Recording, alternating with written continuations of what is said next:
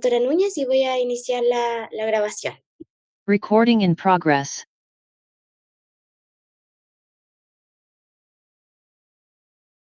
Discúlpenme el retraso, tampoco lo logré, lo siento. Me extendí un poco más. Pero partamos entonces rápidamente para que veamos la siguiente temática de esta clase. Y voy a compartirles mi pantalla. Ya, vamos a seguir ahora con la parte de terapias, ¿ya? Como recordatorio, no olviden renombrarse con nombre y apellido para el cumplimiento de la asistencia, por favor, para que no tengamos inconvenientes con eso, ¿ya? Y vamos a dar inicio ya a la clase. Voy a anclar aquí esto. Perfecto. Partamos entonces recordando un poquito de las bases biológicas para el tratamiento de lesiones. Hablamos en la clase anterior de cómo hacer cierta esta evaluación de riesgo cariogénico. Recording stopped. ¿Pasó algo, Andreita? ¿Que paró la grabación? Sí, espera, dice que no tengo espacio suficiente. Voy a ver qué ¿Quieres que puedo la hacer. grabe yo? ¿Mejor? Ya, gracias. Sí, yo la grabo, no te preocupes.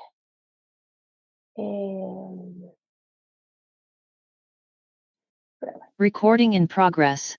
Ya. Fantástico, ahí sí. Inició la grabación. Entonces, la sala de espera. Ya.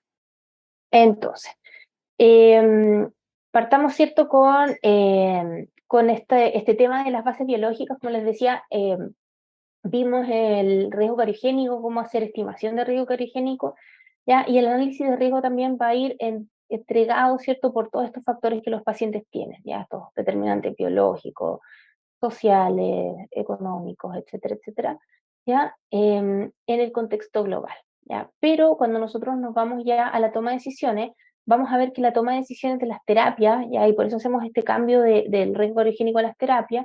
La toma de decisiones se basa principalmente en el riesgo cariogénico. Hoy la literatura habla de la toma de decisiones basada en evidencia, que tiene que ver principalmente con el riesgo cariogénico de los pacientes, y las terapias se eligen en base al riesgo que tiene cada uno. Por lo tanto, va a ser súper importante este concepto del riesgo cariogénico en la clase que vamos a ver ahora, ¿ya? Y vamos a recordar este apartado de la base biológica, ¿ya? Brevemente vamos a recordar cuáles son los tipos de dentina.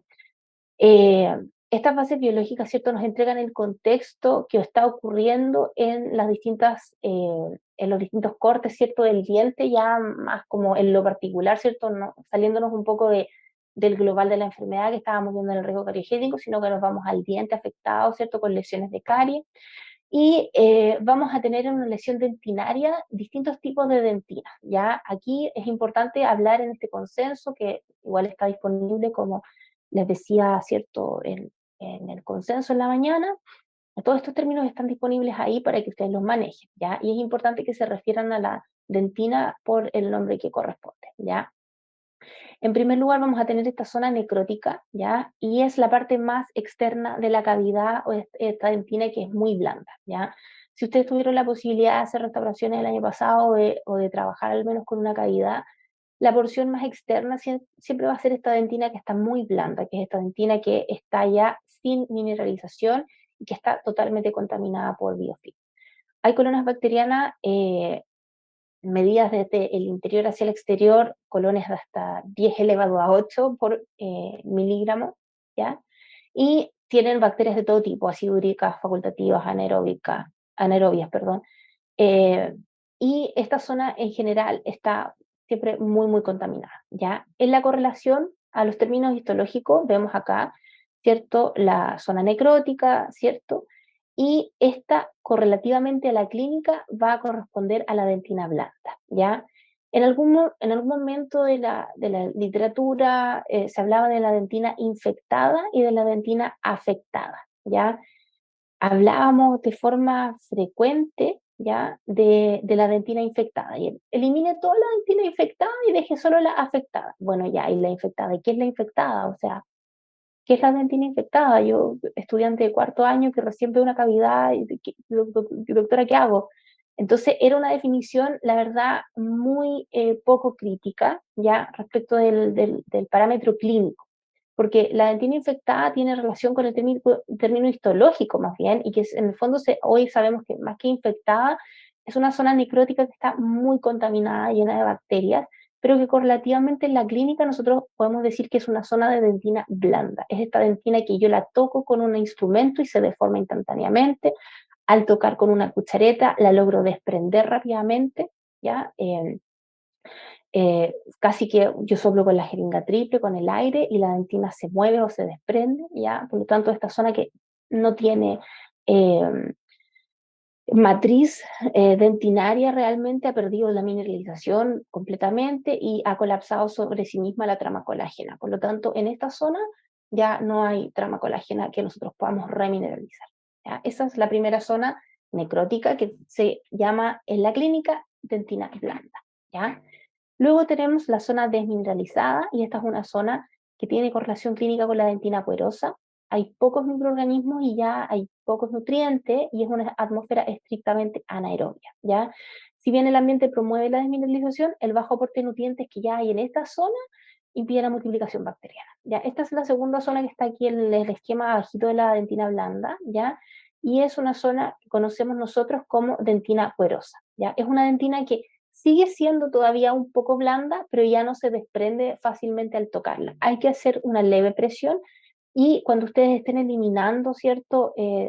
Dentina de una cavidad, van a ver que al pasar con la cuchareta salen literal como chips de dentina, como si estuvieran sacándole punta a un lápiz, cuando salen los restos de lápiz, ¿cierto? Del sacapunta, como trozos o trazas de dentina. Así aparece la dentina en esta zona. Ya es una dentina que sigue estando blanda. Si yo la toco, evidentemente se deforma, pero ya necesito hacer un poco más de presión para sacar estas franjas hay distintas formas de referirse a ella en la literatura. Chips, eh, hasta lonjas se refieren a algunos, de dentina, ¿ya?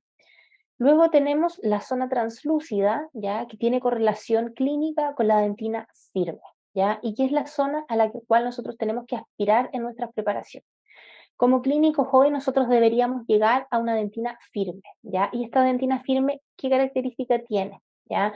Histológicamente tiene una baja desmineralización, ya que los ácidos difunden, pero no difunden células bacterianas, ya que no penetran a este nivel. Por lo tanto sí podríamos tener presencia de ácido, pero ya a esta altura no tenemos sustrato, o sea, no hay nutrientes suficientes para generar desmineralización en esta zona, como podría ser la zona de la dentina blanda, por ejemplo, ¿ya? En esta parte ya nosotros vamos a tener una dentina que al pasar el instrumento, por ejemplo, al pasar la sonda, ya va a estar firme, ¿ya? Podría rayarse un poco la dentina, ¿ya? Sin embargo, es una zona que ya yo al pasar un instrumento como la cuchareta ya no logro sacar más dentina, no voy a lograr desprender tejido de esta zona al hacer presión elevada, ¿ya? Y es una zona, como decimos, firme, ¿ya? Este es el piso de cavidades que nosotros deberíamos obtener de aquí en adelante. Esto es lo que nosotros aspiramos a tener en una preparación cavitaria, ¿ya? Y tenemos el cuarto tipo, que es la dentina dura, ¿ya? Que está acá abajo, y es la zona que, si se fijan acá, perdón, si se fijan acá, es lo que está abajo de este círculo y está más cerca de la pulpa, ¿ya? La dentina dura es una zona correlativa a la dentina sana, ¿ya? Y es esta dentina que nosotros al pasar la sonda suena así como rechina, como pasar los dientes por un pizarrón de tiza, ¿ya? Rechina, y esa zona que está rechinando se le conoce como grito dentinario, ¿ya? Es una dentina durísima, ¿ya? Dura, dura, dura, que al pasar el instrumento no se raya de ninguna manera, y esto, como les decía, se correlaciona con la dentina sana o la dentina terciaria que se genera a expensas de la cámara pulpar, pero ahí finalmente es una dentina a la cual yo nunca debiese llegar en preparaciones cavitarias, solamente porque esta zona ya sería considerado hoy en la literatura como un sobretratamiento. O sea, llegar y preparar y eliminar tejido hasta llegar a dentina dura en el fondo de una cavidad no se considera, ¿ya? Hoy las preparaciones cavitarias en la literatura hablan que sí yo debería tener dentina dura en el límite amelodentinario, es decir, un par de milímetros, ¿cierto? El esmalte obviamente sano, sin lesión de carie, y 1 milímetro por debajo de la unión del límite melodentinario, debería estar con dentina dura, ¿ya? Esa dentina dura aseguraría la adhesión adecuada para el sellado periférico de las restauraciones de aquí a futuro, ¿ya? Por lo tanto, se propone que sí, efectivamente, esa dentina yo la puedo alcanzar, pero 1 milímetro en el límite melodentinario, o sea, no en el fondo de las cavidades como se hacía antes. Yo en la universidad estudié, tuve muy buenos profesores, hace ya varios años atrás, y tuve la suerte de aprender de profesores que estaban bastante actualizados, ¿cierto? Y no me tocó hacer tantas preparaciones como esta, pero sí me tocó, por ejemplo, en el internado, o en una que otra preparación, eliminar hasta el concepto de la dentina dura, y en realidad es una eliminación totalmente invasiva y excesiva de tejido que hoy no se justifica con la evidencia científica tampoco, ¿ya? Por lo tanto, tener claro esto es lo primero importante para tener claro antes de iniciar la parte de terapia, ¿ya? Otro concepto importante es el de la dentina terciaria, ¿ya? Es esta dentina que se genera frente a diferentes estímulos y que se produce a expensas de la pulpa y que se produce por los odontoblastos o los dentinoblastos según dependiendo del caso, ¿ya? Primero vamos a tener la dentina reactiva, ya es el primer tipo que ustedes ven en el lado izquierdo de la imagen, y la dentina reactiva es una dentina que se produce a raíz de estímulos leves, ¿ya? Estímulos leves como puede ser, por ejemplo, una lesión de caries en el esmalte. Una lesión de caries en el esmalte ya es suficiente para generar una respuesta dentinaria en el complejo, donde literalmente los odontoblastos tratan de protegerse de este estímulo, que si bien es leve, pero dicen, no, nos tenemos que proteger, y se empieza a generar esta dentina terciaria, y en este caso dentina reactiva, que se genera producto de este estímulo leve, ¿ya?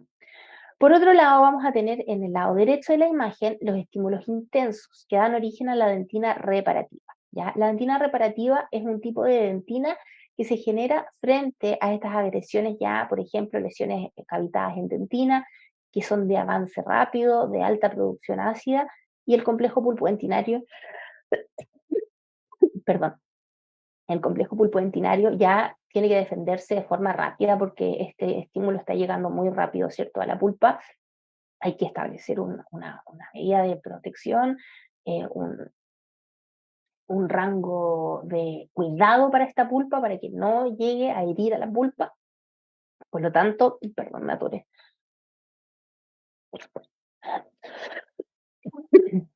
Ya, por lo tanto, la pulpa genera diferenciación de células, ¿ya? El odontoblasto es la célula que originalmente, cierto, lo estudiaron en histo y todo, vieron que era el odontoblasto. El odontoblasto, cierto, es esta célula fundamental del complejo pulpodentina, tiene su prolongación odontoblástica que se extiende a través de los túbulos dentinarios, y en el fondo el corazón de esta célula, cierto, está en la empalizada, que es justo el borde ahí de la cámara pulpar, donde empieza la zona como dentaria. Se encuentra la empalizada, que son los odontoblastos, ¿ya? Y en la dentina reparativa se genera una diferenciación celular de las células madre que están en la pulpa disponibles al momento de la erupción dentaria, y se genera una diferenciación a odontoblastos, ¿ya? Y que en la literatura se le conocen como, perdón, dentinoblastos. Y son estas células, ¿ya? Estas células que eh, tienen finalmente distinta morfología celular a la de un odontoblasto original del complejo, pero tienen la función de secretar a su vez dentina, ¿ya? Y la secreción de dentina de los odontoblastos y los dentinoblastos se diferencia en la estructura y la organización. La dentina reparativa es mucho más desorganizada, ¿ya? Estos odontoblastos derivados forman esta matriz orgánica de dentina, y la matriz trata de articularse lo más rápido posible, por lo tanto va a ser irregular en su estructura. Para hacerlo rápido avanza como un poco, entre comillas, a la rendidora, y trata de alejar a la pulpa de este estímulo intenso, ¿ya? Pero en palabras muy simples, el dentinoblasto no es más que un odontoblasto diferenciado post-erupción dentaria a partir de una célula madre original del complejo, ¿ya? Esto igual es importante, es una pregunta de prueba, siempre se las hago, por favor, anótenlo, estúdienselo, sépánselo, ¿ya? Vamos entonces igual, bueno, me la voy a saltar porque en realidad habla un poco de lo mismo y la reacción de la dentina terciaria, ¿ya? Y vamos a hablar un poquito de ontología de mínima invasión, ¿ya? El tercero nosotros hablamos, ¿cierto?, de la ontología de mínima invasión, sabemos que tiene principio, eh, siempre tratar de intervenir, preservar la mayor cantidad de tejido dentario, prevenir intervenciones excesivas, reparar en vez de reemplazar, así una serie de lineamientos, ¿ya? Este artículo que está en la cita habla de igual de Falk-Schwendike, con otras autoras como Margarita Fontana, ¿cierto? Entre ellos Rodrigo Yacaman, un investigador chileno en la Universidad de Talca, hablan de cuándo intervenir el proceso de caries. ¿Ya? Y este artículo igual yo creo que es una lectura obligatoria para alguien que está en cuarto año porque les explica mucho de cuáles son las intervenciones que se pueden hacer, les estructura bastante como el orden que tienen que seguir los tratamientos, cómo, dónde, cuándo, cuál es la evidencia que hay. Y este artículo no es como estudio de investigación como tal, que tiene introducción, metodología, material y métodos, ¿ya? Sino que es un artículo explicativo de consenso, ¿ya? Salió toda esta serie de consensus statements que habla como de cómo intervenir en niños, en adultos, lesiones proximales, en tercera edad, caries radiculares. Entonces les entrega mucha información muy rápida, muy explícita para que puedan aclarar las cosas. Entonces, dentro del rango de la ontología mínima invasión, nosotros tenemos intervenciones no invasivas, microinvasivas y intervenciones invasivas, ¿ya? Nosotros vamos a ver ahora las intervenciones no invasivas, ¿ya? Con la doctora Matamala van a ver los siguientes proximales, por ejemplo, que ahí ya hablamos de intervenciones microinvasivas, y luego vamos a ver también, quizás lo van a ver con la doctora Janssen en el futuro, las intervenciones invasivas, ahí vamos a ver terapias pulpares, etcétera, etcétera. Entonces, vamos a partir con lo más simple, ¿cierto? En este esquema de tratamientos, que son las terapias no invasivas, y también vamos a tener otro tipo de intervenciones que se van a llamar intervenciones mixtas, ¿ya? Que también lo vamos a ver en la clase que van a tener conmigo el día jueves, ¿ya? Y estas intervenciones mixtas hablan de alternativas terapéuticas que han aparecido en el tiempo, que como que no se pueden encasillar bien en una de estas otras intervenciones, como la técnica de manejo de control de caries no restauradora, la técnica de SCAN, la técnica ART, ¿ya? Para que ustedes también conozcan cómo son y en qué consisten, ¿ya? Partamos entonces hablando de la literatura, que creo yo es lo más importante, siempre lo digo en mis clases, esto no lo digo yo soy un emisor de lo que dice la literatura, la doctora Núñez no dijo que esto es así, por favor, no lo crean así, yo leí muchos artículos para hacer mis clases y lo que está en los artículos yo se los traigo y se los presento. ¿Puede que la doctora Núñez en su clase del otro año diga otra cosa? Sí, porque así es la ciencia, dinámica, hay que estar todo el tiempo actualizándose, hay que estar aprendiendo. Si alguien dice, hoy, como la pregunta que me hacían delante, hoy nos dijeron antes que el riesgo no era así, era alto o bajo, puede que el otro año salga otra cosa y digas otra cosa, y así estas clases que yo he hecho históricamente en esta asignatura, cuando las hacía el 2014 decía cosas que hoy día ya no se hacen, por lo tanto, es muy importante mantenerse vigente y actualizado. Para eso siempre les recomiendo buscar los consensos de la ORCA, ya y en general son los clínicos más experimentados y con mayor experiencia en el mundo en cariología que se juntan y empiezan a hablar de estos consensos y por supuesto las revisiones Cochrane, que siempre va a ser la evidencia más confiable respecto de algún tema puntual que ustedes necesiten investigar, ¿ya?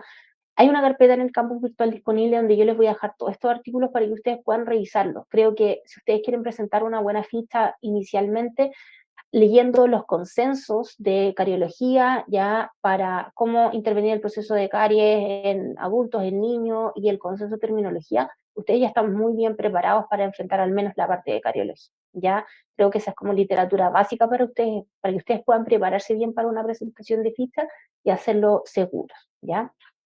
Vamos entonces a hablar de las terapias no invasivas y en primer lugar el asesoramiento dietético, ¿ya? El asesoramiento dietético, como les mencionaba yo en la clase de ficha, ¿ya? Habla de regular algunas variables que en general vemos nosotros en los pacientes infantiles. El asesoramiento dietético no busca ser una consulta nutricional, ¿ya? Por eso es un asesoramiento dietético. No nutricional, sino que evaluamos la dieta de los pacientes y su relación con la enfermedad de caries. No estamos haciendo una evaluación de las porciones desde el punto de vista nutricional del niño. Por lo tanto, ahí es donde yo les decía, si ustedes necesitan una asesoría nutricional, tenemos que derivar a la nutricionista.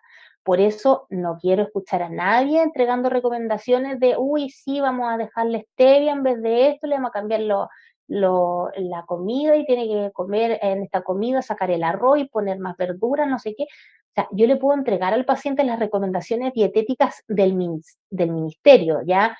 Que es en el fondo cuántas porciones de lácteos, cuántas porciones de proteína, cuántas porciones de cereales, de verduras, de fruta, y decirle, mire, usted con este registro está bajo, debería consumir más. Si usted necesita apoyo en cómo incorporar más, le recomiendo ver a una nutricionista para que pueda orientarle en esa toma de decisiones. De momento usted está en este rango. Por lo tanto, el asesoramiento dietético tiene que ver con eso, desde el punto de vista nutricional, solamente en identificar si está bajo o alto en base a las recomendaciones ministeriales, ¿ya? Pero el asesoramiento dietético en atención a la enfermedad de caries, ¿cierto? Nos tenemos que fijar en tres cosas importantes. Primero, en la introducción temprana de los azúcares, en la frecuencia de ingesta y en la cantidad de los azúcares que ingieren los pacientes, ¿ya? Por lo tanto, la introducción temprana de los azúcares, en primer lugar, hay mucha evidencia que nos habla de cómo se incorporan estas azúcares de forma temprana y también nosotros podemos hacer una evaluación en la anamnesis de esta incorporación de las azúcares. Yo les decía, es súper fácil en realidad hacer esta conversación teniendo el tiempo, ¿ya? Con los pacientes, de, oye, ¿cómo es su dieta? ¿Cómo la consume con el diario de dieta? Les va a quedar a ustedes muchísimo más claro para ir pudiendo cuantificar igual cuáles son las cantidades de azúcares que están en el jugo, en las galletas, en otros alimentos escondidas, ¿ya? Y poder a los pacientes informarles al respecto, ¿ya? Entonces, este es un gráfico del libro, ¿cierto? De un libro de odontopediatría en general bastante variado, se los puedo dejar disponible en el campus virtual igual para que lo revisen, está en inglés, sí, pero lo mismo, se puede meter al Google Translate y te tira el libro en español. Eh, Tenemos esta incorporación temprana de los azúcares a los 6 meses, por ejemplo. ¿Ya? A los 6 meses ya hay un 71% de niños que incorporan azúcar añadida, por ejemplo, en la mamadera. ¿Ya? 60% de los niños incorporan azúcar a través de bizcochitos dulces, o sea, un quequito, una cosita media molida, porque como no tienen dientes todavía, ay no, pero sí dale un pedacito de manqueque, un pedacito rayita de pingüino. No, por favor, ustedes no lo hagan, ¿ya? Gelatina, igual es otro vehículo de azúcares importante, ¿ya? Esto es el Petit Swiss Cheese, es como el chiquitín, que es como este yogur así como cuajado, ¿ya? Eso es digámosle chiquitín para efectos de esta clase. Un 58% de niños incorporan muchos azúcares a través de estos vehículos. Bebidas suaves, menos, ya, un 31%, y dulces, poquito, un 28%, chocolate un 18%, helado un 13% y chips o cosas como crocantes dulces un 9%, ¿ya? Si ustedes se fijan, el chocolate es bajísimo, ¿ya? Los dulces 28 igual es bajo y las bebidas suaves un 31%. Pero si nos vamos al tiro a los 12 meses, o sea, con un rango de 6 meses de diferencia, vean lo que suben los bizcochitos dulces, 90%, azúcar añadida en las bebidas, 84%, galletas, chiquitines, soft drinks sube de 31 a 77%, dulces ya un 75% de un 28%, ¿ya? El chocolate 58%, empiezan a incorporarse la leche con chocolate o las frutas o sea, los jugos con sabores, digamos, las cajitas de jugo, al año de vida ya. O sea, esta introducción temprana de los azúcares tiene incidencia directa en las preferencias alimentarias de los niños a largo plazo. Ya hay literatura que habla activamente del efecto que tiene la incorporación de las azúcares de forma temprana en esta ventana que se conoce como los primeros 1000 días de vida del bebé, ya que habla del tiempo de edad gestacional, o sea, los 9 meses de embarazo, más el tiempo hasta completar los primeros 1000 días, que son los primeros 2 años de vida principalmente, ¿ya? Estos 1000 días se conocen como el intervalo de oro, ¿ya? Y es un intervalo donde finalmente tú puedes modificar conductas o plantear o dejar establecidas las bases de la función cerebral a través de la actividad neuronal respecto de las preferencias de los niños al futuro, ¿ya? Mucho se habla en esta consejería, también es importante abordar el tema de la embarazada, no es un objetivo de esta clase, ¿ya? Sin embargo, cuando hablamos de la consejería a las embarazadas, muchas veces a las embarazadas nosotros tenemos que hacerle consejería para evitar la introducción de las azúcares en exceso temprano en los niños, pero por sobre todo en el embarazo. Hay una revisión sistemática que habla claramente de cómo las embarazadas que ingieren a, cantidades excesivas de azúcares en el embarazo generan predisposición a que los niños prefieran alimentos dulces en la primera infancia, ya por las preferencias alimentarias que se ha estudiado, ya existe traspaso a través del líquido amniótico, ¿cierto? Y la placenta de algunos sabores y preferencias que los alimentos que consume la madre pueden generar esta preferencia en los niños. Y por supuesto, la introducción temprana de las azúcares también genera conexiones neuronales distintas en el cerebro de los niños. Por lo tanto, mientras más temprana es la introducción de las azúcares, mayor es el riesgo de generar estas conexiones neuronales específicas que condicionan la necesidad o más que la necesidad, es la preferencia de los niños y después de los adultos, ¿cierto?, al sabor dulce. Y por supuesto, se habla también desde el punto de vista de la caries temprana en la infancia, es que mientras más temprano se introducen los azúcares, mayor es el riesgo de presentar caries temprana en la infancia en los niños, porque por supuesto la fermentación de estas azúcares genera producción ácida desde muy temprana edad y va a generar el proceso de desmineralización si no se tienen los cuidados de higiene necesarios, ¿ya? Por lo tanto, es un tema muy, muy importante. El comportamiento dietético adecuado es lo más efectivo que hay para modificar prácticas dietéticas cariogénicas establecidas desde hace mucho tiempo, ¿ya? Y esto es un seguimiento continuo y permanente, ¿ya? Cuando hablamos igual de la evaluación de la frecuencia de la ingesta, ya hablamos de cómo se comporta finalmente en el día la curva Stefan, ya vamos a tener un desayuno, una colación, ¿cierto? El almuerzo, una once y una cena. Ustedes ven aquí una curva de Stefan bastante oscilante, pero a lo largo del día completo, ¿cierto? De alrededor 10, 12, 14 horas, me parece a mí bastante adecuado, disminuye el pH, vuelve a subir, ¿cierto?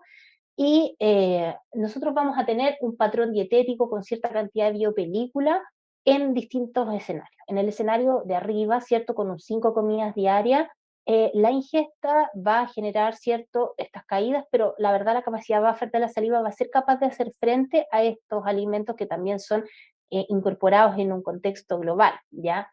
Por favor, no me malentiendan, porque las azúcares vienen en todos los alimentos. Las papas tienen azúcar, el cereal, o sea, las azúcares vienen en muchos vehículos, pero las azúcares refinadas son aquellas que vienen en los dulces, en las bebidas, en el jugo, en los helados, ¿ya? Que está bien, si un niño come hasta cierta cantidad, está súper bien, es parte también de una dieta equilibrada y no demonizar los alimentos, pero es importante que también entendamos que el exceso de todo hace mal en la vida y, por ejemplo, esta es una dieta de un diario de dieta muy atendible en odontopediatría en cuarto año.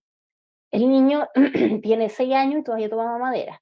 Se toma una mamadera y se come una galletita, ¿ya? Después en el colegio se come un chiquitín y después le dan un dulce en la sala, en el jardín. Después se come otra galleta que le sacó el compañero y se toma una cajita de jugo. Después almuerzan y los almuerzos que ustedes van a encontrar van a ser de todas las variedades, así como pollo con papitas, completo, arroz con huevo, tallarines blancos, ni una verdura, ni una fruta, y seguimos. Después gelatina, un helado, se comió cuando salió del jardín o del colegio, llegó a la casa, se comió otra galletita, la mamá llegó a la casa, le dio la leche, después le dio un cubito de chocolate, después se tomó una caja de juguito y de cena no quería cenar, así que se comió un chiquitín y se tomó otra mamadera y esa mamadera se la tomó acostada y después se durmió, no se pilló los dientes, o sea, la curva de Stefan que se genera y las oscilaciones de pH van a ser evidentes. Por lo tanto, cuando ustedes les presenten a sus pacientes el diario de dieta, esto es lo que deberíamos imaginar en nuestras mentes, ¿ya? Cómo oscila esta curva, ¿cierto? Cómo oscila la desmineralización en la boca de nuestros pacientes y cómo eso tiene impactos profundos en el proceso de salud-enfermedad, ¿cierto? Y en la presencia de la enfermedad de caries, ¿ya? También tenemos que evaluar como tercer factor, ¿cierto?, la cantidad de las azúcares, ¿ya? Y esto ya lo vimos, la OMS nos dice evidentemente que tenemos que reducir la ingesta a al menos el 10% de la ingesta calórica total diaria, ¿ya? Y para ello habíamos hablado, ¿cierto?, que 25 gramos al día es lo que se recomienda, ¿ya? Acá esta es una ficha informativa de la FDA, ¿cierto?, y de la OMS, y nos dice claramente una bebida azucarada, por ejemplo, una Coca-Cola, tiene hasta 65 gramos de azúcar. Y yo he visto niños llegar a la consulta odontológica con una Coca-Colita bajo el brazo, tomándose una Coca-Cola como si fuera mamadera. Entonces, ahí hay cosas que, chuta, ahí me viene el juicio rápidamente, ¡ay, pero cómo le va a dar una mamadera de bebida a este niño! Y después, claro, pucha, hay que informar a los padres y hay que explicar. Y ahí viene la toma de decisiones personales. O sea, yo cumplo con informar, con decirle a los pacientes, mira, esto le hace mal, esto no está bien, deberíamos generar modificaciones, vamos haciendo las paulatinas, vamos viendo cómo modificarnos y vamos viendo. Y el paciente también tiene la opción de decir, ¿sabes qué? Yo quiero hacerlo o sabes que no me da lo mismo, yo voy a seguir tomando bebida igual. ¿Ya? Y ahí vienen las decisiones personales de cada familia. Pero aquí hay un estimado, por ejemplo, cuántas cucharadas de azúcar son una lata de refresco, una botella de bebida, un chocolate, ¿ya? Y la verdad, las cucharadas de azúcar de los alimentos que uno ve muy insípidos a veces son bastante. O sea, a mí me sorprende sobre todo el yogur. Creo que ni una mamá se plantea decir, oye, el yogur es poco saludable para los niños. No, pues, pero por ejemplo, comparen algún día, si tienen la oportunidad, comparen cuánta azúcar disponible trae un yogur de los Minions y cuánta azúcar disponible trae un yogur así soprol envasado sin ni un brillo, ¿ya? Es abismal la cantidad de azúcar que traen diferentes esos yogures entre uno y otro, cuando ambos son yogures y podrían ser consumidos igual por los niños, ¿ya? Entonces, aquí tiene que ver con orientar a los papás la cantidad de azúcar, cuánto es el gramaje diario recomendado, calcular aproximadamente con el diario de dieta cuánto están consumiendo ellos y tratar de orientar la disminución. Si ellos no saben cómo hacer esa disminución, por favor, deriven a una nutricionista para disminuir el porcentaje de azúcar en la dieta. Ahora, esto también se puede subsanar muchas veces con estrategias combinadas como el cepillado posterior y todo para generar estrategias efectivas para las familias, ¿ya? Este es un artículo que me pareció importante incluirlo. Si bien ustedes no van a tener pacientes que estén todavía lactando, lo más probable puede llegar siempre uno que otro a 6 años todavía tomando lactancia materna, podría darse. Pero es un artículo súper interesante, si lo quieren revisar, por favor háganlo. Salió publicado en The Lancet, es un muy buen artículo, una muy buena revista, y nos habla de la lactancia materna en el siglo XXI, ¿ya? La epidemiología, mecanismos y los efectos a largo plazo, ¿ya? Se incluyeron 28 revisiones sistemáticas y se hizo un metaanálisis, o sea, se hizo un análisis, no en revisión sistemática, sino que se analizaron 28 revisiones sistemáticas y metaanálisis, ¿ya? Y se establecieron conclusiones respecto a lo que se ha investigado ya por muchas décadas respecto a la lactancia, ¿ya? Y por eso también es importante cuando ustedes están haciendo la ficha clínica, ya, si bien, como les decía, no les van a tocar pacientes que estén lactando todavía, y van a tener que recabar los antecedentes de la lactancia y necesitan recabarlos de la forma lo más precisa posible. ¿Por qué? Porque la lactancia está relacionada con la protección de infecciones como la diarrea y enfermedades respiratorias. Muchos niños que no tuvieron lactancia materna o que fueron prematuros tienen problemas respiratorios, enfermedades respiratorias recurrentes que es importante valorar y validar para conocer, por ejemplo, posibles causas de alteración en el desarrollo dentario, ¿ya? Esto tiene directa relación, las fiebres altas en los niños tienen directa relación con la alteración del desarrollo dentario, ¿ya? La reducción del riesgo de sobrepeso, obesidad y diabetes. Hoy se habla del sistema de regulación interno de los niños cuando toman leche materna, ya en general los pediatras dan indicaciones, dale 50 cc de leche, dale 60, dale 100, a medida que los niños van creciendo y se van desarrollando. Pero, ¿qué pasa si un niño quiere tomar, no 60, quiere tomar 50? Y le queda todavía un cachito. La mamá le dice, ya no, pero termina de tomártelo. Y la guagua está así como, no quiero más. Y la mamá, dale que se lo tome. Y si no espera un poquito, como que se vacía un poco y le da más de nuevo, ya. Esto atenta absolutamente con el sistema de regulación de saciedad de los niños en la primera infancia. La lactancia es un estimulante de la saciedad de los niños y el sistema de autorregulación, atendiendo que el niño toma lo que desea tomar hasta que está saciado. Reconoce esta sensación de saciedad y corta la alimentación, ya no se quiere alimentar más, y así espera hasta que nuevamente tiene hambre y pide nuevamente la leche, puede ser a través del llanto o distintas señales que la mamá detecta, y se alimenta nuevamente. Con la alimentación, digamos, envasada en botella, digo, puede ser lactancia materna igual, pero en botella, las madres a veces les cuesta tomar esa decisión o definir hasta cuándo la guagua ya está llena, hasta que al menos empiezan a detectar los síntomas. Y hay otras que hacen caso omiso de esa señal porque el pediatra les dijo que tenía que ser 60 cc de leche y se lo tiene que tomar. Entonces, en la lactancia materna reduce, ¿cierto?, esta probabilidad, este riesgo de sobrepeso y obesidad, fortaleciendo desde la primera infancia el sistema de regulación de hambre y saciedad de los niños, ¿ya? Protección contra el síndrome de muerte súbita infantil, igual muy importante para la estimulación, reducción de riesgo de leucemias infantiles a través de la lactancia materna y mayor desarrollo de coeficiente intelectual en el ciclo vital, ¿ya? Por lo tanto, hay varias variables que son dignas de estudio en la lactancia materna, hay muchas más también descritas en el artículo, pero creo que estas son las 5 más relevantes que me parece claro, importante que ustedes tengan claras, ¿ya? Vamos a hablar también del control de la mineralización como una segunda estrategia mínimamente invasiva, ¿ya? El control de la mineralización puede darse por varias aristas, no solamente el fluoruro puede ayudarnos al control de la mineralización, hay distintas formas de fluoruros y también hay distintos compuestos que nos pueden ayudar. Entonces, ¿cómo nosotros vamos a indicar los fluoruros? Es una pregunta clásica que siempre aparece en las actividades teóricas y prácticas clínicas de la asignatura.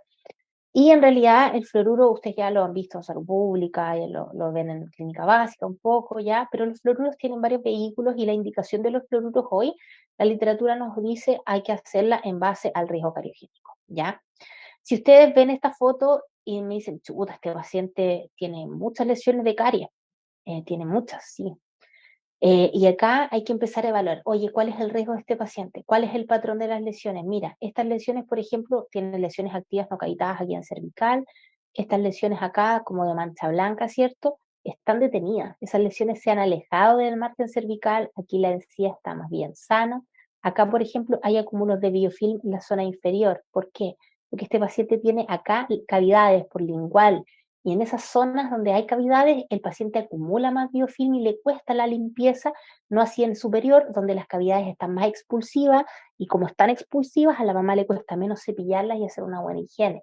Entonces, acá empiezan el análisis individual de la boca de nuestros pacientes, de los factores que componen, ¿cierto?, su historia, y la indicación de los fluoruros se hace principalmente basada en el riesgo cariogénico y en la tolerancia, por supuesto, del paciente, ¿ya? En cuanto a la literatura, se nos plantea que las terapias de mineralización, ¿cierto? El control de la mineralización está en diferentes vehículos, ya la pasta fluorada es la que tiene mayor alcance a nivel global con 1.5 billones de personas utilizándola. El agua artificialmente fluorada, como la que tenemos en Chile, 370 millones de personas, la sal fluorada, 300 millones de personas, los enjuagatorios fluorados, 100 millones, professionally applied, o sea, barniz de flúor, por ejemplo, aplicado profesionalmente, 30 millones. O sea, si ustedes se fijan, la cantidad de aplicaciones de barniz de flúor, la verdad es bastante menor, si bien para nosotros es algo como de la práctica odontológica diaria, a nivel global no es tan habitual, principalmente por el acceso a la salud a nivel global. Y el agua naturalmente fluorada solo alcanza 18 millones. Acá en Chile, en el norte, tenemos agua naturalmente fluorada, ¿cierto? En las regiones en general de la primera a la cuarta podemos encontrar agua potable fluorada de forma natural. Y también existen las tabletas de flúor, las gotas de flúor que se usaban para fluorar antes en el pasado, y la leche fluorada, que es menos de 1 millón de personas que tienen acceso. En Chile se fluoraba la leche y se entregaba leche fluorada en los jardines Integra, Junaev en el pasado, pero en la medida que el agua artificialmente fluorada fue creciendo, esta medida fue también un poco de salida porque se atendía que el agua ya tenía flúor en particular, ¿ya? Respecto a los dentífricos, la evidencia es como bien clara hace muchos años. Ya, si ustedes se fijan, aquí hay citas muy antiguas y en realidad yo siempre estoy revisando las revisiones Cochrane, pero esto no cambia porque hace muchos años que ya tiene evidencia de peso que respalda estos principios y no hay modificaciones mayores respecto a lo que ya se había investigado anteriormente. Y La fracción preventiva de las patas floradas de 1000 partes por millón es al menos de un 23% en relación a la de 2500. La fracción de prevención del 36% para las patas de 2500, ¿ya? Y las concentraciones de 500 partes o menores no demostraron eficacia significativa en la prevención de la aparición de nuevas lesiones de caries, ¿ya? Acá es importante decir que la fracción de prevención es la proporción de enfermedad en la población que podríamos evitar con la exposición a este factor protector. O sea, nosotros podemos evitar en un 23% eh, la exposición, ¿cierto? O sea, la prevención de la enfermedad, digamos, en el tiempo, en la exposición a las pastas de 1000 partes por millón, y la fracción preventiva es de 36 en las pastas de 2500 partes por millón. Entonces, aquí hay que valorar bien cuando un paciente requiere fortalecimiento de la mineralización, por ejemplo, y necesita terapia floral de forma permanente. Muchas veces hay pacientes que les indican, no sé, enjuagatorio florado. Y en realidad el enjuagatorio florado es como bien nada, porque vamos a ver más adelante que la evidencia no lo respalda científicamente para, en conjunto con el uso pasta, es la verdad, una intervención poco efectiva, costo efectiva, porque la pasta ya en sí misma es el protagonista de la intervención, y la concentración de flúor de los enjuagues no es suficiente. Pero si quisiera indicar en mis pacientes mayor concentración de flúor porque tienen muchas lesiones no cavitadas, porque quiero remineralizar zonas, lesiones ya sea dentinarias o en el esmalte, eh, siempre la intervención elegida es aumentar la fracción de prevención a través de la pasta, ¿ya? Respecto de las terapias no invasivas como el barniz de flúor, ¿ya? También la literatura es aplastante, o sea, aquí no hay mucho que discutir. Está asociada a un 45% de la reducción de superficies dentales cariadas, perdidas y obturadas en la dentición permanente, y un 33% en la dentición primaria, ¿ya? El NNT es el número necesario de tratar, y es decir, cuántas personas yo necesito tratar para que a una le haga efecto la terapia, ¿ya? Y si se fijan, el NNT en una población de niños de alto riesgo es 1,4, es decir, yo necesito tratar un niño y medio para que a uno le haga efecto.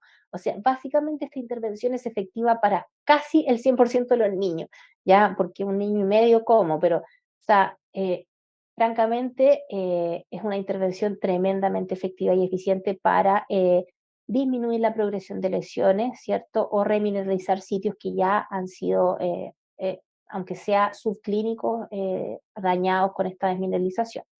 Ya, para una población de bajo riesgo, el NNT es un poquito mayor, o sea, yo necesito tratar 3,2 niños para que a uno le haga efecto la terapia, ¿ya? ¿Y por qué? Porque esta es el centro de la investigación y de la indicación basado en riesgo cariogénico, ¿ya? Porque la población de bajo riesgo tiene controlado efectivamente los factores de riesgo, dieta, higiene, por lo tanto, no se genera este escenario donde el paciente está en riesgo permanente de tener lesiones o de que progresen, ¿ya? Por lo tanto, una población de bajo riesgo se entiende que es una población que tiene controlados los factores que regulan la aparición de la enfermedad o la progresión de las lesiones en el futuro. Por lo tanto, por eso el NNT es mayor, ¿ya? Y los NNT en dentición primaria son bien similares, ¿ya? La indicación de los fluoruros se hace en base, ¿cierto?, a los intervalos de edades y también de riesgo cariogénico. Si se fijan acá, el libro entrega 3 categorías: pacientes de bajo, moderado y alto riesgo. Atendiendo a lo que me preguntaban delante del riesgo, eh, existe esta categoría de moderado, pero si se fijan, las intervenciones son bien parecidas a si fuera un paciente de alto riesgo, ¿ya? Barniz en 6 meses, y acá la de alto puede ser barniz en intervalos de 3 o 6 meses. Entonces, están ahí como ahí, ya. Eh, Son esos pacientes que están como en ese limbo de sí pero no, ¿ya? Por eso muchas veces son confundentes para un clínico que no tiene tanta experiencia, que puede ser, por ejemplo, ustedes, ¿ya? Pero igual está bien que exista en el escenario que si ustedes necesitan categorizar a un paciente como un riesgo moderado, también tener esquemas terapéuticos que así lo faciliten la toma de decisión, ¿ya? El grueso de los pacientes van a ser esta columna, digamos, entre el fondo entre los 6 y los 18 para ustedes, ¿ya? Y los pacientes de bajo riesgo nos dice, pueden no recibir beneficios adicionales de la aplicación tópica de fluoruro, ¿ya? ¿Por qué? Porque evidentemente si el paciente tiene muy bajo riesgo y los factores están controlados, el paciente no va a tener presente la enfermedad. ¿Eso qué quiere decir? Que desmineralización no va a primar por sobre la remineralización. Por lo tanto, esta boca se va a mantener en equilibrio y no debieses tú remineralizar con un agente externo. ¿Por qué? Porque el paciente ya lo hace en sí mismo con el cuidado que tiene el uso de pasta florada permanente y la dieta y los hábitos, ¿ya? Pero la mayoría de nuestros pacientes son de alto riesgo, ¿ya? Por lo tanto, los intervalos de aplicación son de 3 a 6 meses en general y la aplicación de gel también se valida en algunos países donde se utiliza todavía. Nosotros en Chile ya prácticamente no aplicamos barniz, o sea, gel florado, sino que solamente barniz, ¿ya? Por lo tanto, las aplicaciones de barniz de flúor van a estar medidas en base al riesgo del paciente al momento de citarlo al control. O sea, yo al alta, por ejemplo, diría ya, a este paciente tenemos que aplicarle flúor en 3 meses más. Les puede pasar que ustedes tengan un paciente de mantención ahora, que partamos en abril, ¿cierto? Ustedes lo atiendan y todo fantástico, y el paciente lo atiende en un par de sesiones bastante rápido, en mayo, fines de mayo, principio de junio ya lo dan de alta, y es un paciente de muy alto riesgo. Y usted dice, no, es que doctora, la verdad yo creo que en 3 meses más hay que aplicar flúor de nuevo. Principios de junio, principios de julio, agosto, septiembre. O sea, a mediados de septiembre este paciente tendría que estar viniendo a control de mantención para aplicarse nuevamente su fluoruro, ¿ya? Eso tienen que considerarlo. No se confundan con los aspectos administrativos de la ficha. Doctora, ¿ese paciente me va a contar como una mantención nueva? No. Pero ¿necesita venir a control de mantención? Sí, porque es un paciente que necesita ese control permanente, ¿ya? Y necesita venir a controlarse de lo que ustedes mismos indicaron que tenía que controlarse. Entonces, eso es importante, ¿ya? Hay formas de aplicaciones de fluoruros bastante más innovadoras, que es este de la 3M, ya que tiene ahora bastante evidencia que la respalda. En su momento no tenía mucha literatura disponible respecto de su eficacia, ya, y es que este flúor tiene fosfato tricálcico con ácido fumárico, ya. Entonces tiene esta molécula de TCP, ya, que es este fosfato tricálcico con ácido fumárico, que actúa como un estabilizador de las moléculas de flúor, ¿ya? El flúor, su composición química tiene una alta electronegatividad. ¿Eso qué quiere decir? ¿Recuerdan cuando ustedes en química orgánica hacían el de las S, ¿cierto? Como ese flujo de los electrones.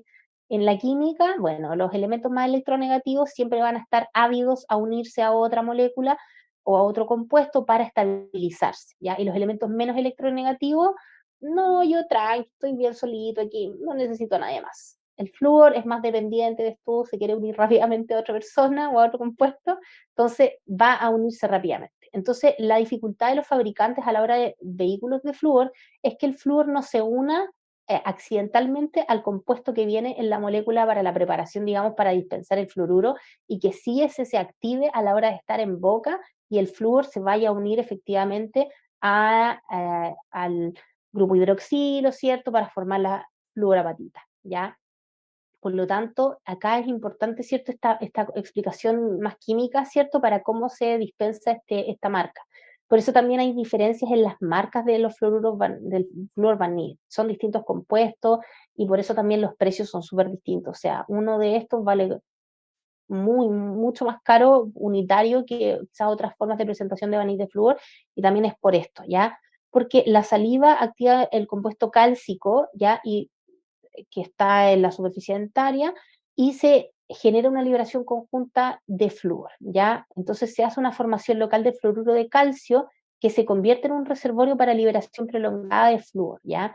Porque igual, la electronegatividad de los compuestos, cuando se genera la desmineralización y tenemos el grupo hidroxilos, del calcio, fosfato, ¿cierto? Cuando se rompe la hidroxiapatita, van a ser mayores a electronegatividad a la que tiene el compuesto del fluoruro de calcio, pero superior a otros agentes del medio. Por lo tanto, el fluoruro de calcio va a ser un pelín menos estable, ¿ya? Y a la hora de que aparezca, ¿cierto?, esta zona que es necesaria remineralizar porque se rompió la hidroxiapatita, el flúor va a ir desde este reservorio que se formó de fluoruro de calcio y se va a generar el compuesto de la fluorapatita. Por lo tanto, es una fórmula activa mucho más importante, eh, y necesaria, ¿ya? Los que se tengan que retirar, Sara me escribió que tiene que ir a dejar su material, ningún problema, la clase va a quedar grabada y tampoco nos queda mucho rato, ¿ya? Y bueno, hay recomendaciones para el fluoruro tópico, ya que todas tienen un grado de recomendación A, o sea, la mejor evidencia disponible, ¿cierto? Los barnices al menos se tienen que aplicar en niños de alto riesgo cada 6 meses. Los niños tienen que cepillarse 2 veces al día mínimo con pastas dentales fluoradas entre 1000 a 1500. Durante el cepillado con pasta, el enjuague posterior vigoroso con abundante agua se debe evitar, ¿ya? Esto aplica para todos, los invito a replantearse su cepillado de dientes, cuando ustedes se cepillan los dientes se enjuagan con agua después, el vasito de agua, muchas veces hay gente que tiene hasta un vasito en el baño destinado a esto.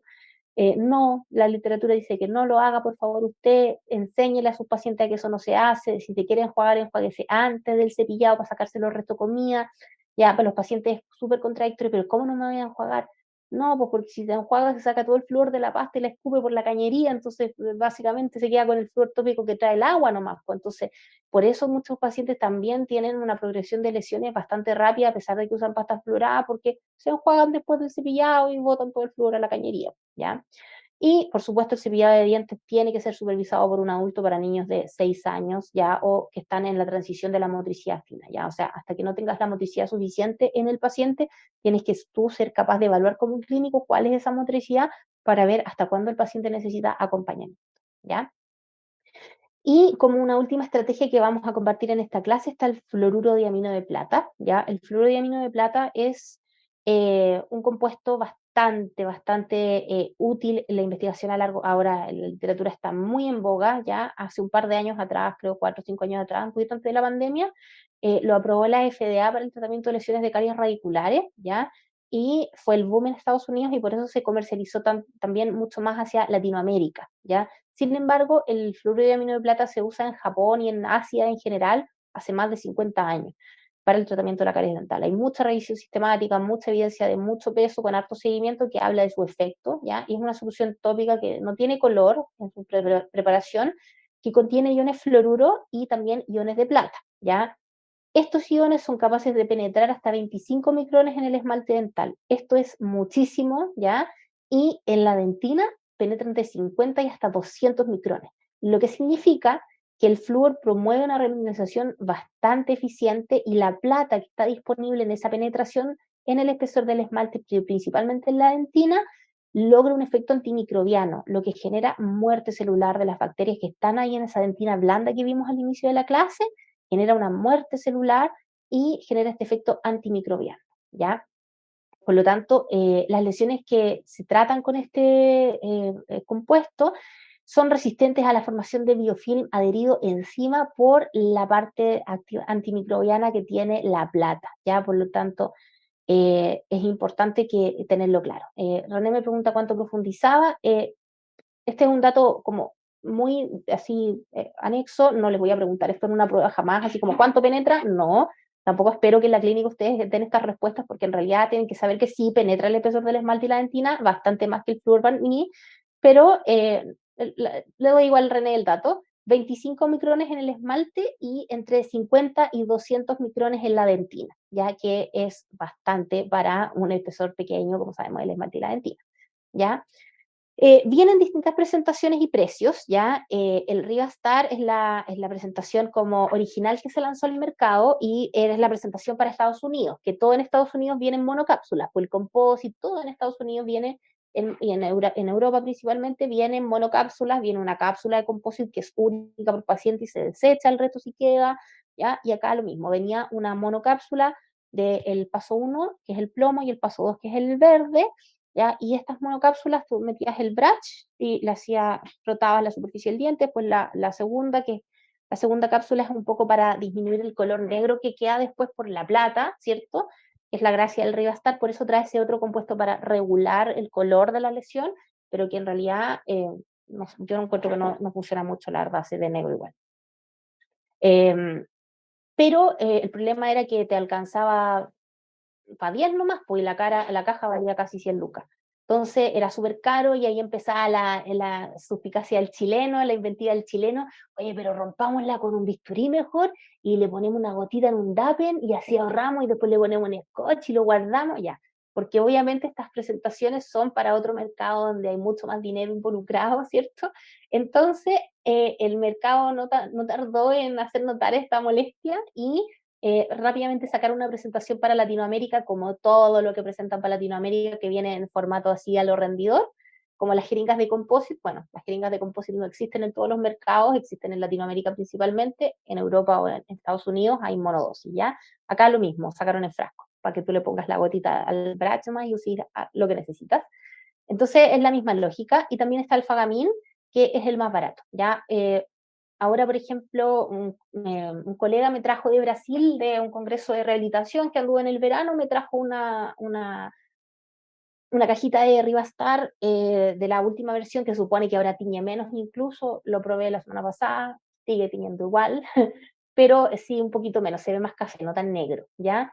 Y en realidad, en dinero, en dólares, me costó más o menos 50.000 pesos. Y acá en Chile está ahora como a 98.000 pesos la botella, las dos botellas, ¿ya? El Fagamin vale 25.000 pesos, ¿ya? Y porque este no tiene así reducción de color y no queda negro, pero es una excelente herramienta igual. O sea, yo creo que la diferencia realmente del croma, del color del diente entre el Fagamin y el Rigastar, no creo que justifique esa diferencia de dinero costo-efectividad. Así que, en realidad, el Fagamin es súper módico, digamos, para poder usarlo, por ejemplo, en APS, ¿ya? Es súper importante hablar de cómo se indica esta terapia, ¿ya? Y pasa mucho, por ejemplo, cuando tenemos lesiones dentinarias, ¿ya? Tenemos lesiones de caries en dentina y ya no le vamos a poner flúor, ¿ya? Y el flúor, ok, va a ir a remineralizar la trama, ¿qué trama? No va a ser hidroxiapatita, o sea, no va a ser fluorapatita en la dentina, pues si ahí no se forma fluorapatita, pues. ¿Qué mineraliza realmente la dentina? Y le ponen flúor con toda la fe los clínicos, así como, ya, pero que se mineralice, que esta dentina cavitada que yo tengo. El barniz de flúor es casi cero efectivo en lesiones de dentina. O sea, realmente no, no, no, muy poco, se mineraliza muy poco, porque tenemos la dificultad que en las lesiones dentinarias está esta película de biofilm que vimos en la primera parte de la clase, donde hay mucho acúmulo de bacterias, está detritus, en el fondo nutrientes todavía, por lo tanto la mineralización ahí es casi inexistente. ¿Por qué? Porque recuerden que la dentina blanda, que es la primera que está ahí disponible, ¿ya? Esa dentina blanda está ocupando todo ese espesor y deriva de que la matriz mineral de la dentina colapsó. La trama colágena colapsó en sí misma, se cayó, se aplastó, ahí no hay susceptibilidad a mineralización. Por lo tanto, si yo quisiera mineralizar dentina con barniz de flúor, yo tengo que mínimo haber limpiado un poquito esa dentina para que se logre remineralizar, porque si no el barniz va a quedar encima de la placa bacteriana y las bacterias y todo eso que está ahí blando y no va a mineralizar prácticamente nada. Por lo tanto, la gracia del fluoruro de amino de plata es la penetración que ofrece derivado de esta vinculación que tiene a la plata. ¿Ya? Por lo tanto, eh, esta penetración de 200 micras es suficiente para que llegue a esa dentina que está un poco más cuerosa, que todavía sea susceptible de mineralizarse y genera este efecto antimicrobiano que hace frente a ese acúmulo grande de bacterias que está en la dentina blanda. Por lo tanto, el agente mineralizador de elección para la dentina hoy en la literatura es el fluoruro de amino de plata. El problema es el color, ¿ya? ¿Qué indicaciones tenemos? Pacientes de alto riesgo, lesiones anteriores o posteriores activas cavitadas, lesiones de caries cavitadas en individuos que presenten problemas de manejo, condiciones médicas desafiantes, pacientes con múltiples lesiones cavitadas que solo permiten el tratamiento completo en una visita, por ejemplo, rondas rurales, pacientes que vienen de lugares muy apartados, etcétera, operativos, ¿ya? Dificultades para el tratamiento de lesiones activas cavitadas, pacientes sin acceso a la atención odontológica y pacientes con lesiones de caries activas cavitadas sin signos clínicos de inflamación de tipo irreversible, eso igual es importante, ¿ya? Entonces, vamos a ver, y cuando yo les digo cómo se pone negro, sí, negro, negro, real negro. Entonces, aquí hay que ser muy críticos con los pacientes. Tenemos que nosotros decirle al paciente abierta y honestamente, mire, esto le va a ayudar, tiene todos estos beneficios, pero le va a quedar de color negro, ¿ya? Y esta caries después se puede tratar, o sea, esta lesión de caries después tú puedes tratarla, hacer restauraciones. Lo importante del barniz, o sea, del fluoruro de amino de plata es controlar esta etapa inicial donde tenés un niño de difícil manejo que no puede venir tantas veces y que necesitas ahora detener la progresión de las lesiones. Nos asegura eso, detención de la progresión de las lesiones, nos ayuda muchísimo a la detención de las lesiones para después establecer un esquema terapéutico más acabado, más amplio, donde podamos abordar los problemas de cada niño, pero de forma un poquito más amigable, ¿ya? Sin esa urgencia de que tenemos que terminar ahora, ¿ya? Entonces, el fluoruro de calcio y el fosfato de plata de la interacción de este compuesto con la superficie del diente genera un aumento de la microdureza de las lesiones de caries. Además de reducir obviamente la pérdida de cristalinidad de la dentina en el ataque ácido, se forma este precipitado, ya derivado de este proceso del fluoruro de calcio con el fosfato de plata, y se forma este precipitado que cubre la superficie del diente que se ha tratado con fluoruro de amino de plata, y se genera este depósito de plata antibacterial, alterando los enlaces de hidrógeno que tienen en el fondo a nivel celular las bacterias, y que se traduce en muerte celular para las bacterias y la inhibición de la formación del biofilm, porque no pueden establecer esta matriz del biofilm para adherirse a la superficie del diente por la plata, ¿ya? Entonces es una estrategia de tratamiento muy exitosa, el pero es el color, ¿ya? Eh, les voy a poner este video, pero me acabo de dar cuenta que tengo que dejar de compartir pantalla porque no le puse compartir con el audio. Entonces, denme un momento para poder compartir con el audio, compartir sonido y ya.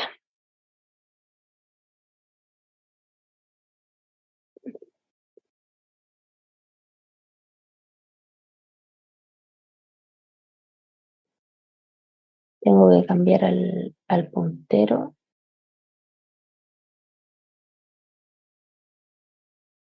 Ahí. Let's begin the exam by asking your patient if any new dental or medical issues have emerged since their last Este está en exam. inglés, pero bueno, Next, perform a full clinical nos exam habla del and examen consider the use clínico, of a caries risk assessment anamnesis, approach. ya. While conducting your clinical exam, Ahí tiene el paciente una lesión de caries cavitada en dentina. Si se fijan, un paciente que es potencialmente cooperador, que puede ayudarnos en el tratamiento. Y tenemos ya estas lesiones que están cavitadas en dentina. Se entienden las lesiones cavitadas como estas lesiones cavitadas en la dentina, donde hay dentina expuesta y que necesitan tratamiento, ¿ya? Esta es una lesión que nosotros vemos habitualmente, por ejemplo, en pacientes pediátricos chiquititos de entre 2, 3 años, que no nos ofrece una muy buena esperanza para el tratamiento, porque son niños que no cooperan fácilmente, que tienen mala experiencia odontológica previa, que no se ha hecho adaptación temprana al odontólogo, por lo tanto es difícil tratarlo, ¿ya? Y acá, si ustedes se fijan, miren la cantidad de biofilm que hay encima de estos dientes. Una foto muy bonita esta, donde se aprecian estas cavidades, ya que quizás con un tratamiento restaurador podemos fácilmente solucionar esto, pero ¿cómo logramos detener el proceso, cierto? Hay que hacer un hábito higiénico importante, remineralizar, pero muchas veces ese tiempo no está con estos niños a tan corta edad. Por lo tanto, em, necesitamos, ¿cierto?, establecer estas estrategias de tratamiento más efectivas. Parece que alguien tiene el micrófono prendido, no le vaya a pasar un accidente. Siempre hay que discutir, como dice acá la imagen, discutir cómo le va a quedar el diente a este niño. Mostrar imágenes a los padres, explicar los beneficios, los pros y los contras, ¿ya? Miren cómo queda la foto de control de esta imagen que yo les mostraba inicialmente. Si se fijan, queda negro totalmente. O sea, esto el papá o la mamá lo tienen que tener claro. En la zona posterior yo lo hago bastante, porque los papás en realidad yo les explico costo-beneficio. Este es un primer molar permanente, por ejemplo.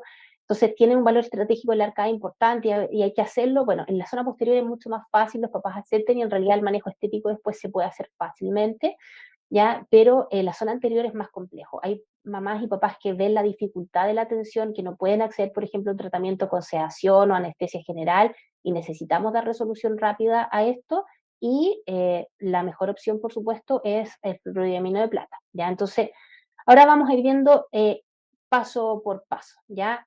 Acá en el video lo que están haciendo es limpiar primero, siempre usar protector ocular para el clínico y los niños, ¿ya? Tratar de proteger, ¿cierto?, la zona perioral, muchas veces con vaselina. Yo pongo vaselina en los labios y en toda la zona perioral, porque el fluoruro de amino de plata tiñe, ¿ya? El fluoruro de amino de plata de la SDI, que es el Rivastar, no tiñe. Si cae en la piel, no genera esta tinción por este mecanismo que tiene diferido en dos botellas.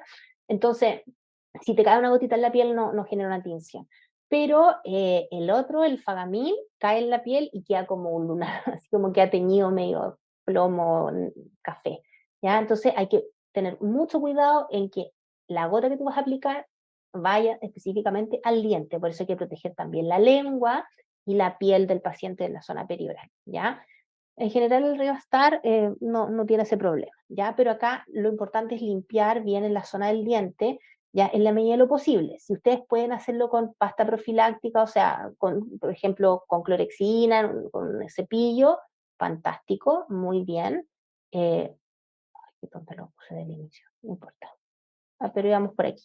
Ya, si ustedes pueden hacer esto, en el fondo, con un cepillo, digo, con una escolla de profilaxis, fantástico, háganlo, ¿ya? Pero si no, lo pueden hacer con una motita de algodón, o sea, con el cepillo de dientes del paciente, con lo que tengamos a disposición para limpiar esa cavidad. Mientras más limpia esté esa cavidad, mejor va a ser la penetración y mejor va a ser el efecto terapéutico. Incluso a veces se puede pasar una cuchareta de caries como raspando la zona, ni siquiera haciendo presión activa para eliminar trozos, sino que solo raspando y así eliminar el detritus como más importante y después poner el fluoruro de amino de plata para que penetre un poquito más en el espesor de la dentina, ¿ya? Luego de eso, el paso 3 que aparece acá es poner perdón, el fluoruro de amino de plata, ¿ya? En la zona comprometida, ¿cierto? Aquí, el paso 3 y ahí lo ponemos con un microbrach, ¿ya? Se pone con un microbrach rápidamente, ahí es importante proteger la lengua del niño, ¿ya? Y lo pueden hacer con una gasa o con una tórula. Y después es importante secar muy bien, ¿ya? Eh, Ustedes podrían hacerlo con aislamiento absoluto, pero la verdad no tiene propósito si lo están haciendo por manejo, ¿ya? Por lo tanto, aquí sí es importante dejar que el fluoruro de amino de plata se absorba en el diente por capilaridad durante al menos un minuto y tratar de mantenerlo aislado, así como con el espejo con el espejo por 3 minutos. Secar el exceso de solución, que es lo que estaba haciendo la persona con la gasa, ¿cierto? Secarlo, empapar lo que más pueda para que no se tiña la lengua, otras estructuras. Y tú también podrías ponerle barniz de flúor después, pero no está validado por la literatura que eso funcione, ¿ya? Rápidamente, esto va a empezar a cambiar de color, ¿ya? A los primeros 3 minutos, 4 minutos, la verdad se pone más café, pero en el control ya eso está negro. Ahora, dependiendo del compuesto que tú uses, si usas Fagamil, a los 5 minutos ya está negro, ¿ya? Y en el caso del Rivastar se pone un poco más café y se nota más el color negro en el control de un par de días después, ¿ya?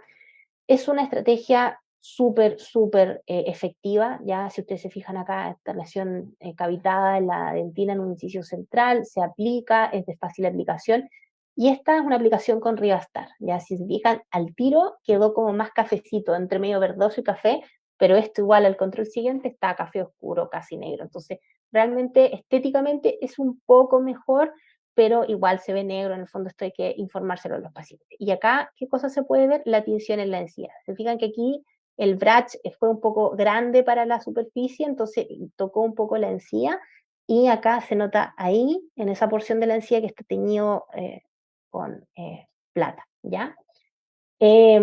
La literatura extensamente valía este procedimiento, tienen mucha literatura que la respalda, en la clase les voy a dejar ahí las diapositivas pegadas, y ya para terminar, hay otros compuestos que igual son bastante efectivos, eficientes.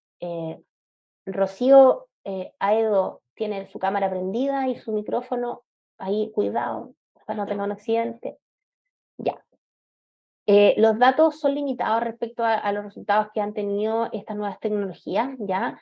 Eh, entonces, es importante que las conozcan, ¿ya? El BioGaia es un probiótico que en el fondo busca estimular una microflora estable, permanente, pero los datos son súper limitados. Han tenido resultados en un rango amplio de probióticos y algunos ensayos dicen que funciona y otros que no.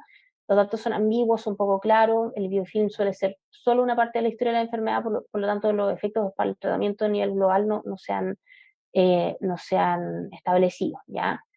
La pasta de hidroxiapatita, que es el Carex, ya son pastas que bastante nuevas, muy caras en comparación con la pasta fluorada, ya, pero la evidencia igual es limitada. No hay muchos ensayos que entreguen resultados confiables. Los investigadores dijeron, pero ¿para qué ponerle flúor a la pasta si le puedes poner hidroxiapatita? Ok, solución ideal, ya, pero el costo es muy mayor y no ha demostrado los ensayos clínicos hasta la fecha que es mejor que el flúor. Basado en esos datos, yo no lo recomendaría porque obviamente es una intervención más cara que no tiene mejores efectos, ¿ya?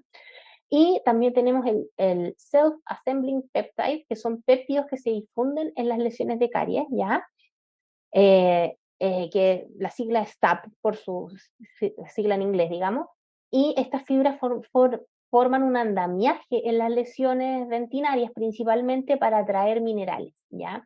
La evidencia todavía es muy limitada, se está investigando mucho esto en el proceso también de las resinas infiltrantes para apoyar este proceso, pero son tecnologías que todavía están en desarrollo. Se fijan, esto en una clase de 5 años más puedo decir, no, el SAP tiene efectos importantísimos y es súper bueno. O sea, esto se lo dejo ahí planteado como para el futuro porque realmente tenemos que discutir a largo plazo cuáles van a ser los efectos de estas terapias en nuestros pacientes, ¿ya? Con eso finalizo la clase de hoy. Yo estaría hablando toda la mañana, perdón, siempre porque me extiendo más de lo que tengo que extenderme. Le pido disculpas a la doctora Matamala porque nunca lo logro en el tiempo que tengo asignado, perdón. Doctora, nada que disculpar. Pero les agradezco a todos por la atención y por supuesto que atentas si tienen dudas o preguntas. Estaba viendo el chat, pero yo tuve problemas de conexión durante la sesión y no tengo... A ver, ahí apareció. Nos preguntaban cuánto profundiza, que ya lo aclaraste y no... Bueno, de todas maneras, yo les dejo mi correo, chiquillos, para que me escriban si tienen dudas, ¿ya? Escríbanme nomás sin ningún problema. Yo, por mi alta carga laboral de la escuela, mi correo es un Safari. Tengo así en un día 150 correos nuevos, entonces, francamente, mi velocidad de respuesta no es la mejor, ¿ya? Si tienen duda, pueden reenviar